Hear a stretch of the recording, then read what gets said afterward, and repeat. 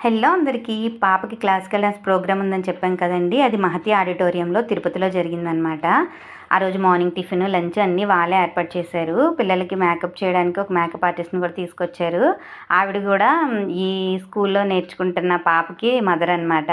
ఇంతమంది పిల్లలకి ఆవిడే ఏశారు. ఫైనల్లీ మా పాప అయితే స్టేజ్ మీదకైతే వచ్చింది. ఈవిడేనండి పాపకి డాన్స్ నేర్పిస్తున్న టీచర్ అనమాట. ఆవిడ బ్లెస్సింగ్స్ కూడా ఇప్పించేసాము. ఎలా చేస్తుందో ఏంటో అని చాలా టెన్షన్ పడ్డాను. ఎందుకంటే ఇంతవరకు వచ్చి స్వామివారి దర్శనం చేసుకోకుండా వెళ్ళలేం కదా! ఎందుకంటే ఆన్లైన్‌లో టికెట్స్ ఎలాంటివి బుక్ అవ్వలేదండి. ముందు రోజు నైట్ 12:30 కల్లా లైన్‌లో కూర్చొని ఎర్లీ మార్నింగ్ 3:30 అయిందనమాట. మేము క్యూ నుంచి బయటకొచ్చేటప్పటికి. అంతసేపు తనకి నిద్ర లేదు. ఎలా ఉంటుందో ఏంటో అనుకున్నాము.